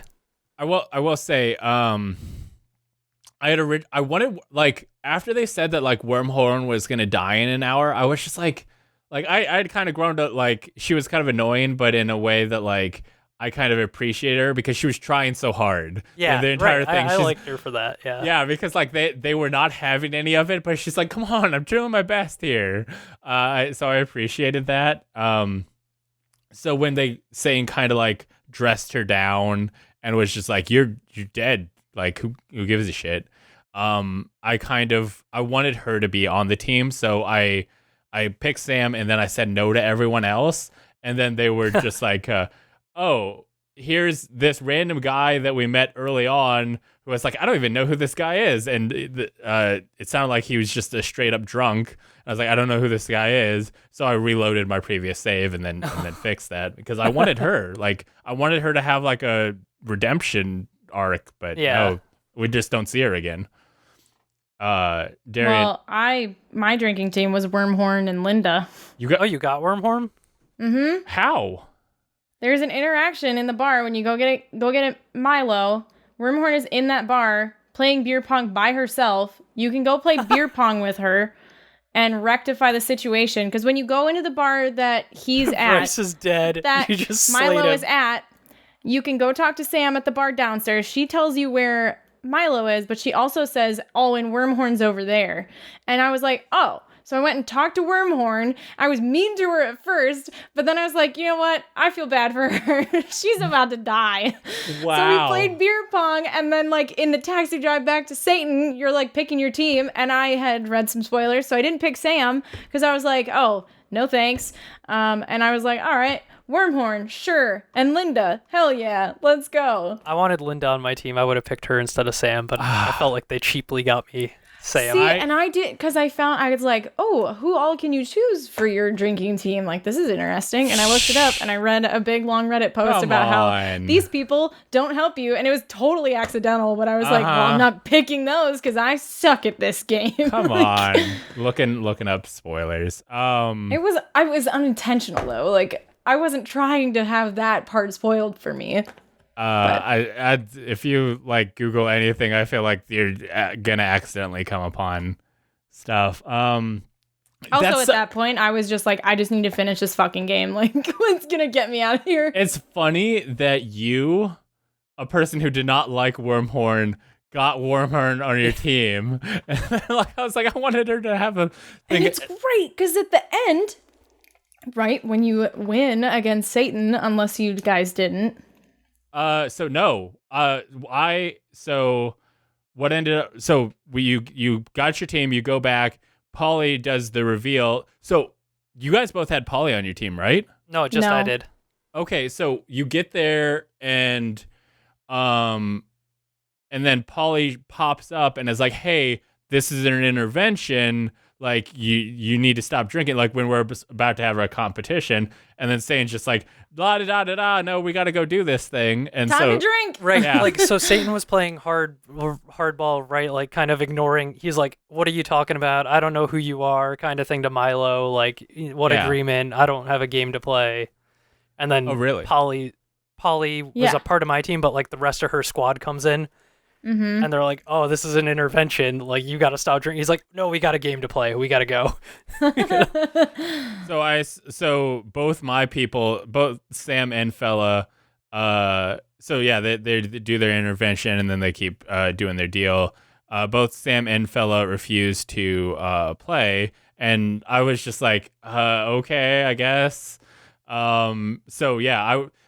Satan's squad sucked except for him. So you basically have 2-1 shot against beating him in the beer pong deal. But I could not. I nailed the two middle ones, but not the front two. So I lost my beer pong thing. I also lost at beer pong. I won my second game. I lost that first one way back. I was like, I'm not going to lose again. And I did it. I beat Satan at beer pong. Oh, nice. So when I lost that, they had kept with their intervention. And then Satan's just like, bye. Well, okay. So Darren, for you, both your people kept playing? Did they? Yeah, Wormhorn and Linda both participated. Were you controlling? What? Were you controlling them? No. Okay. Did they do good? No. They didn't sink any shots. I think we were down to 1 cup versus 1 cup. So and I only landed 1. So. Oh, okay. I think Wormhorn got both of the other ones. It went on for a while. Our fight was like our beer pong went on for a while because it was like, well, Satan landed everyone, but everybody else was missing. Yeah, the rest of his squad sucks. Matt, who actually played for you? Just Lola and Milo for me, because Sam and Polly both opted out. And like the first time I gave them both, I think I gave Polly the slide, like just like, oh, okay, do what you think is right. Then Sam said it, and I was like, oh, come on, like, what are you doing? And then the second time I was just like, oh, do what you think is right, and then didn't have to talk to them again. Yeah, both my people opted out, and I lost the beer pong, and then they kept doing the deal, and Satan's like, we gotta play the next game, and I'm like, I lost, but and so at I'm that game. point, Let's go. at that point, I joined I was just like, yeah, we can't do this. This is bad. Ignore the fact that I lost. This is bad. You need to stop drinking. Oh no, I didn't do that. I was like, yeah, we should play the next game. These guys are squares. Okay, that's good to hear because I was thinking we would have all ended up the same way. Matt, did you go intervention? I went intervention, so I won the first game and then went like I joined the intervention squad of like, you got a problem, man. You got to Wow. stop. So what happens when you do the intervention stuff? So, what happens if you still go to the second game, but when he goes to play Jacob's Ladder, you just straight up refuse to place the cup, and then when But you have to do it like 10 times. yeah, well, no, I think it's like he puts down like 5 cups, and then once he places the 6th one, the tower falls, and he's just like, fine, We should set that scene a little bit. Like, so the intervention was going full force, right? Everybody's giving him a hard time, and then he just kind of like snaps you to this like other realm, To limbo. limbo. Yeah, and so it's just like the floating around beer cans and bottles, but then there's this floating island at the table, and you and Lola and Milo. I guess I identified as Lola. Yeah. You and Milo are I standing identify as alone Lola. at the table, and then Satan's on the other end, and you're gonna play Jacob's Ladder again. Yeah. And then as he's going, he's trying to like goat you into playing against him. He's like, the only way you're gonna get out is to defeat me. Yeah, and several times throughout the game they would break the 4th wall, and at one point, like, Satan did say like, "Oh, you think this will have some like secret ending or like secret way to Right. win?" And I was just like, "Hopefully," but like it turns out like, I mean, you still end the game, but in a different way. It seems. So I was like, I already won the beer pong. You're just gonna be tied with me 1-1. Like, let's go. I'm not gonna play this game. We'll see how it goes. And I just refused to play against him the whole way. Darian, you won Jacob's Ladder? I won Jacob Ladder. Yeah. Did he play a perfect game? Did you have to do perfect? He didn't play a perfect game. It was pretty back and forth, and I had to try really hard to catch up at the end. I thought for sure I was gonna lose again, and I was like, no, fuck, let's go. I gotta do this. Could you kind of outpace him? Like you could, because there's 2 of you or something, or No, I mean it's just Lola it was versus. just Lola drinking. Okay. So I just had to drink really fast and like, it's really dial in. Yeah. Okay, so since me and Matt got the one ending, how did your ending go, Darian? I want to hear yours first. You guys have the more common ending. Okay, so what happens is that you keep refusing to play. Satan finally like gives in and goes like, fine, takes you back to the party and says like Milo and Lola gave up or like forfeited. You guys win. I will go seek help. And apparently they turned Sam's church into a rehab center. the church in hell into it. And Satan goes there, and then you get the kind of epilogue story. And I imagine this is the same for both you and me, Matt, because we did help the guy go to heaven. Is that you're back at that bar that we've been to several times. I don't remember the name of it. Something Strangler, isn't it? Schoolyard Strangler? Schoolyard Strangler, yeah. And Milo comes up and like insults Lola. She's sitting at the bar. He grabs a seat. Yeah, and then insults her, and then tells her that she just got appointed to be the first human public defender in hell, which seems to be a callback to the fact that she had won that case previously, and now they're kind of going like, hey, you're going to defend. And she had said that she thought about being a lawyer in college. Yeah, that came up a couple times. Yeah, so that seems to be that continuation deal. And then they just kind of have a little talk. It seems like they have been living separate lives. Like this is the first time they've been seeing each other in a bit. And then I think there was a line about like, we've been to the same bar like 4 times in the last couple weeks or something. Yeah, I thought he said something like that, like they've been regularly meeting up there. Maybe, but it definitely seems like they're not like constantly together is the vibe I got. Like they kind of agreed to separate a little bit, but still stay friends.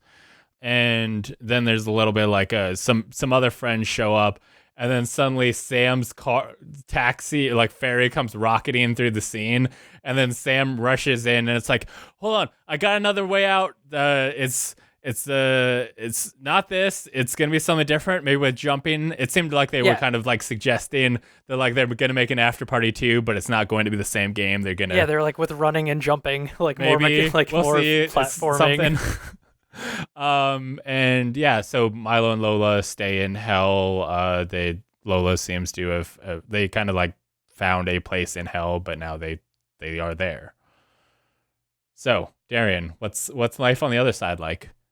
Well, after I beat Satan at Jacob's Ladder, we go back to the party, and everybody who was staging the intervention was like, okay, whatever, fuck this, and they all started just leaving, and Satan's like, yeah, king of partying! Like, you guys can go back to live your life as normal, but also, the people who were part of your team also get to go back to Earth, and so...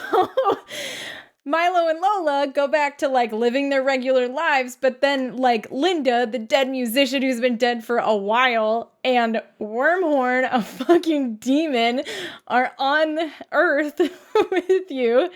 And it, like, the epilogue starts, like, 3 months later or whatever. Yeah, and same like, for us. Yeah, Milo and Lola are on the phone with each other, catching up. Like, Lola's, like, in a nonprofit or something. She's, like... working at a nonprofit, and Milo's running a magic shop, and they're like just shooting the shit, and it sounds like they have plans to like meet each other soon, like they're gonna travel to see each other soon. And then Lola's basically like, I don't think it really matters what happens. We have a demon and a dead musician with us, like we're gonna go back to hell when we die.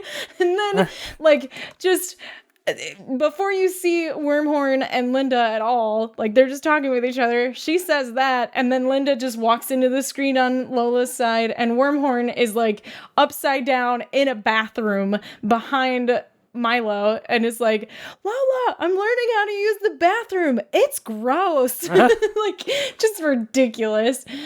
And then, yeah, that's pretty much how it ends. Wow. Like, we're pretty sure we're going back to hell, but here we are, just living our normal lives again. That even like the amount of possibilities is just mind blowing right now, because like if that's the thing, like so that means that any of the people that you could have had on, like if you had Sam or Polly or like whatever. If I had Sam and Polly, if we won, I would have had Satan's sisters. Yeah. Right? Back and then what would that mean? Like she's kind of, you know, a not like she just didn't participate in the fight. Like maybe there's stuff that like, yeah, I wonder what that ending cutscene is. Yeah, they're just pissed at you.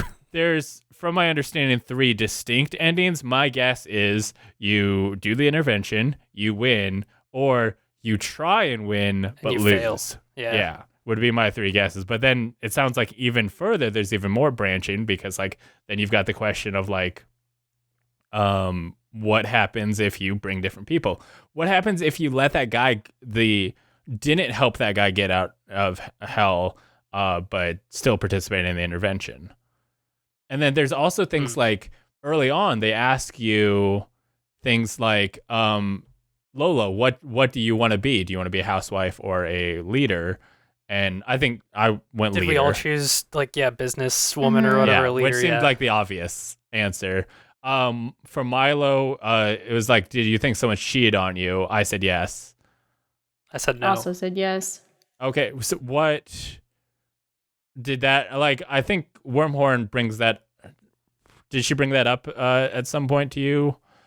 I think just referenced it again later, or like made fun of me, like, I don't know, because he was kind of like, well, I didn't even like date people, you know, like, he was like, I'm a loser. Also, Milo. Yeah, so there's like those big ones that you have, and obviously like Lola's, it definitely felt more like Lola's story than Milo's.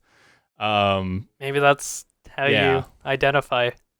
Like Lola's thing came up several times. I think she got more screen time or more control time, right? Yeah, but maybe. I guess that's their dynamic, right? That was kind of the lesson. But also, there was a line early on where they ask you, like, or where they're talking about, like, I can't believe hell exists. And Lola can go, like, yeah, or like, I can't believe this either, or I was religious. And it was an interesting way, like, there were some choices that would, like, define the character that you could choose. like this game honestly has so much replayability to go like, what happens if I do this? What happens if I do this? And honestly, like, I wish I could have loaded it back up and like redone that final drinking deal and be like, what's this ending look like? Like, what's this? But no, you very much have to play one the save entire file, auto saving. Yeah, you have to play the whole thing. It's not super long, so No, it's could be a cool like afternoon thing. it'd be cool if they gave you like after you finished it, if they gave you like a chapter select or something. Yes, or- yeah, something like Heavy Rain does. Yeah. Did you guys look at like the bicker Twitter stuff at all?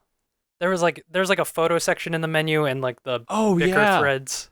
I ended up looking at the photo section once, and it was like, oh, cool. Like, there's these like pictures of like these moments we've been having. Yeah, almost. I wish that was like integrated somehow into the actual game a little more.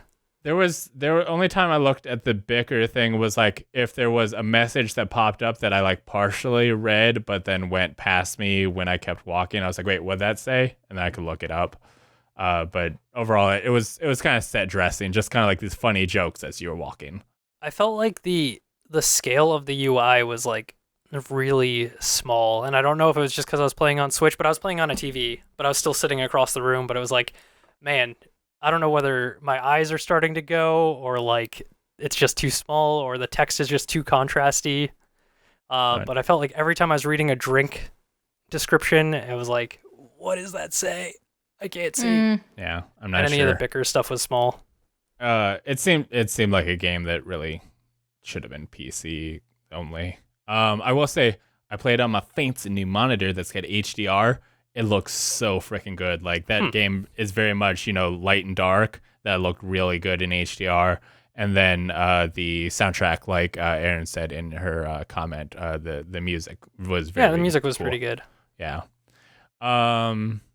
Yeah, I think it was a cool story. Very much like, dude, all these choices, it made you feel part of it, and it's cool to be able to have this conversation. Be like, we play the exact same game, but we like it was we had very pretty different. Yeah, which is cool. I like games that like, you can have these different stories, but still have the same thing. But Darian has chosen the next game for Ready Set Game Chat. Darian, do you want to tell the people? Sure. We're going to play a game called The Suicide of Rachel Foster. Do you want me to read the synopsis? Yeah, maybe give a basic deal and tell people where they can play it. So I have it on Steam.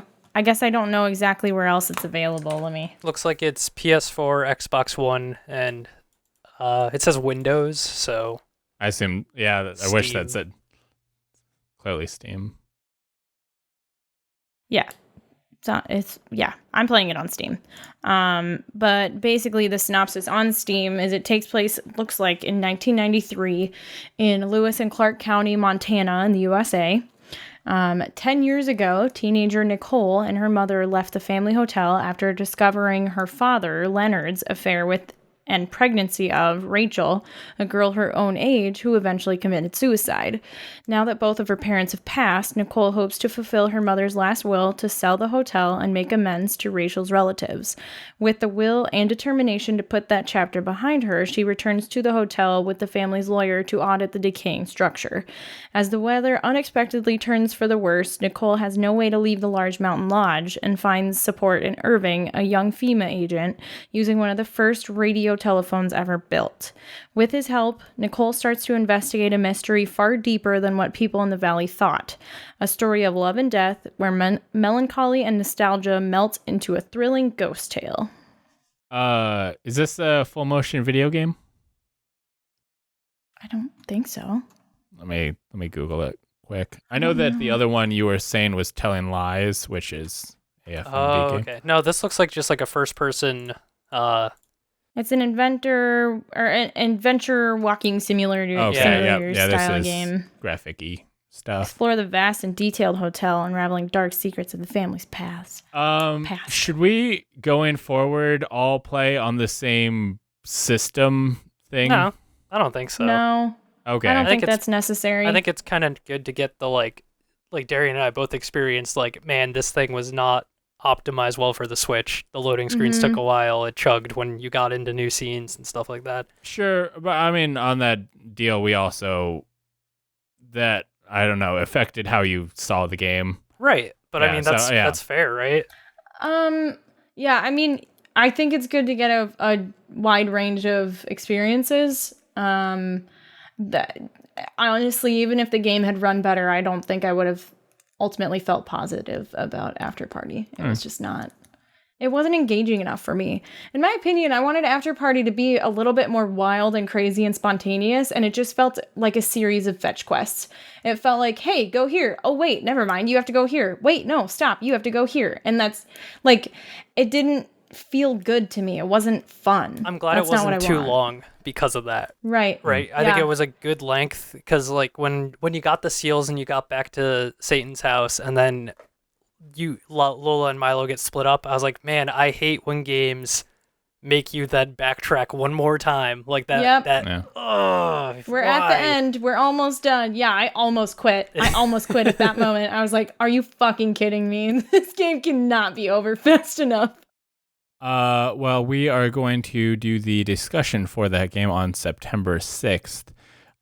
So play through the game and send in your thoughts to readysetgamecast.com/submit, which is also the place that you can submit questions, comments, or your favorite color of Darian's hair for us to read on the show. I feel like we just did that one. Did we? Well, probably. It's always relevant, though. Yeah, because it was by like the last time way- when you were getting new color. That's true. We did. It was, yeah, I think you're right, actually. It was the very last episode you did that. So How Long to Beat has Afterparty at 5.5 hours, and The Suicide of Rachel Foster is only 3.5. Okay. So Nice. much shorter experience. Yeah. So we have no questions, comments this time, so we're moving on to housekeeping. Go to lastgeek.com for links to the podcast on all your favorite podcast services, including iTunes, Spotify, and Stitcher, as well as the video version on youtube.com/lastgeek. If you like the show, please subscribe, rate, and review it on iTunes and Stitcher. It helps us grow and become more powerful. Almost missed it.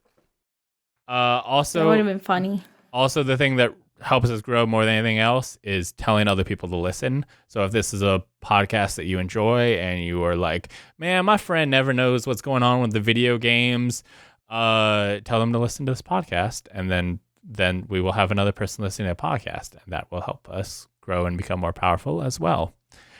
Other Last Geek stuff you should check out, lastgeek.com/store for awesome merch. Check out the newest Game Make Corp episode. We're currently for the next couple months, we are releasing our live shows. We're taking a little break and we're releasing the live shows. So the live show from 2DCon 2018 is available, and we made modern Post-apocalyptic Oregon Trail. Yeah, post-apocalyptic. I was like, I knew it was originally just set in modern day, but then stuff went bad, and now it's post-apocalyptic. Then Thanos is in it. Man, how'd you guys get that license? What? Yeah. Oh my god.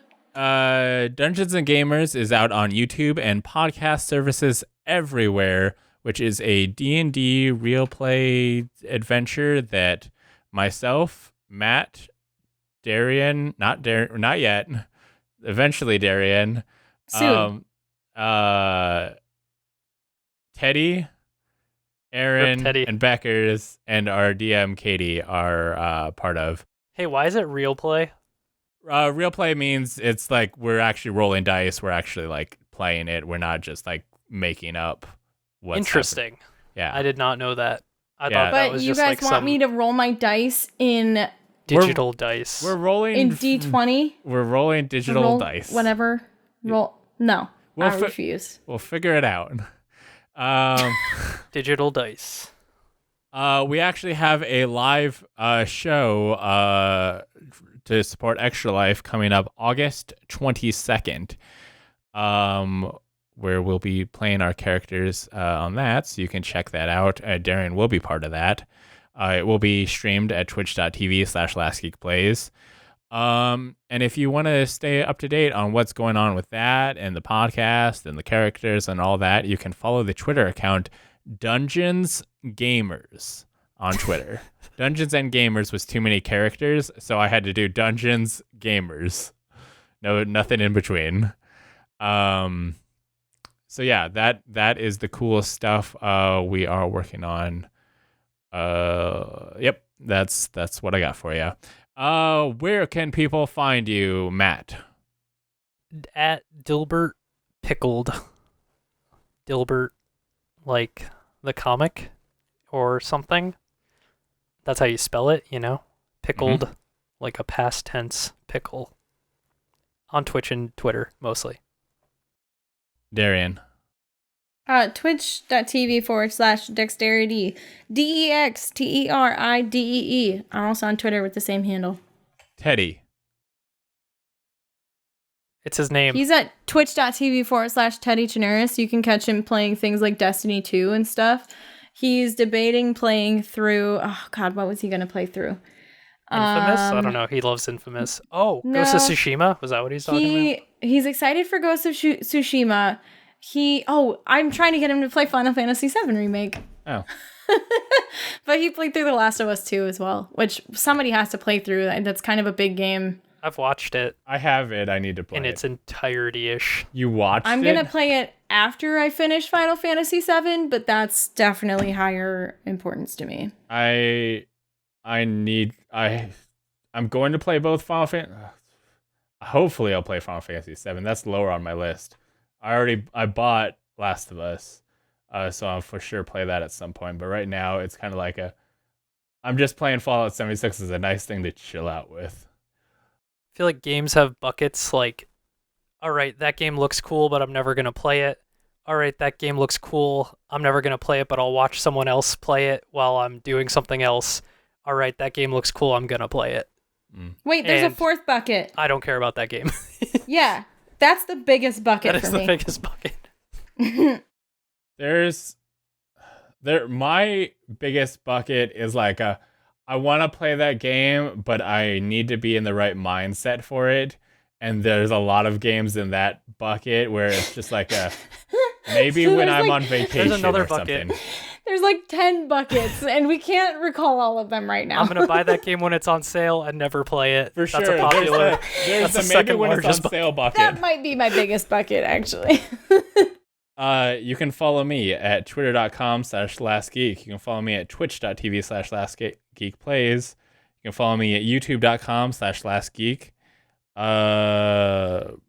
Instagram.com/lastgeekplays, where you can see all of the Dungeons and Sexy Gamers photos. cool character sheet, all the cool pictures. You don't get to see Darian's until the live show, so you should come to that. You're not gonna post my beautiful character? No, it has to be a big reveal where they're like, hey, and then you see this person, and there they are. And then after the live show, I'll let everybody know. How come you didn't post a picture of Bear? Bear's already been they already know what Bear looks like. Yep, that's all the things I can think of. Thank you for listening, and we will see you again in 2 weeks. You lied to us. I plugged it back in. Oh my gosh. I forgot to say bye, audio. Bye.